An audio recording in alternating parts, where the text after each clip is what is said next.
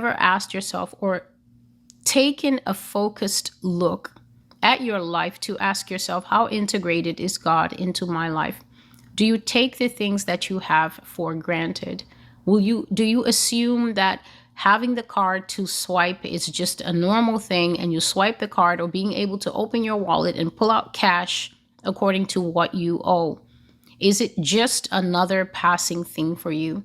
Do you live with an appreciation in your heart that what you have, God has given you? And as the Bible says in the book of Proverbs, time and circumstance comes to all men.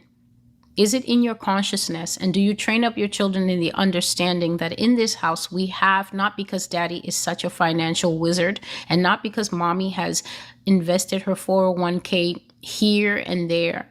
Do you train your children to rise up in the understanding that all that you have under your roof is by the grace of God?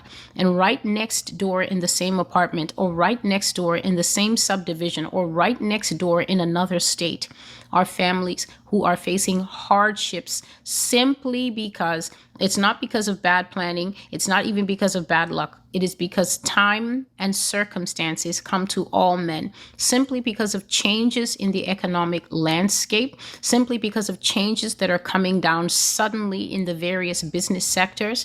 Whole families, single individuals, elderly people who already went into retirement and thought that their time of working was done, are being impacted by very hard body blows that are being landed left and right without warning on citizens here in the United States, on families, on small businesses, even upon big businesses all around the world. As we see that businesses have been shuttering since 2020. I spoke of this in one of my very old videos and said that even when lockdown ended, I noted that in my neighborhood in Brooklyn at that time, many small businesses did not come back. For sale signs went up outside those businesses. For rent signs went up outside those businesses.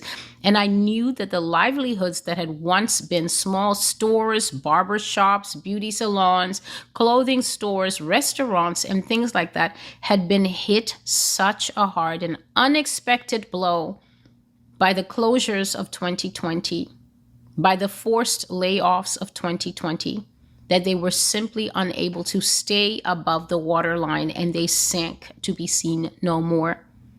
Do you practice the presence of God in your life? Do you implement practical steps of faith?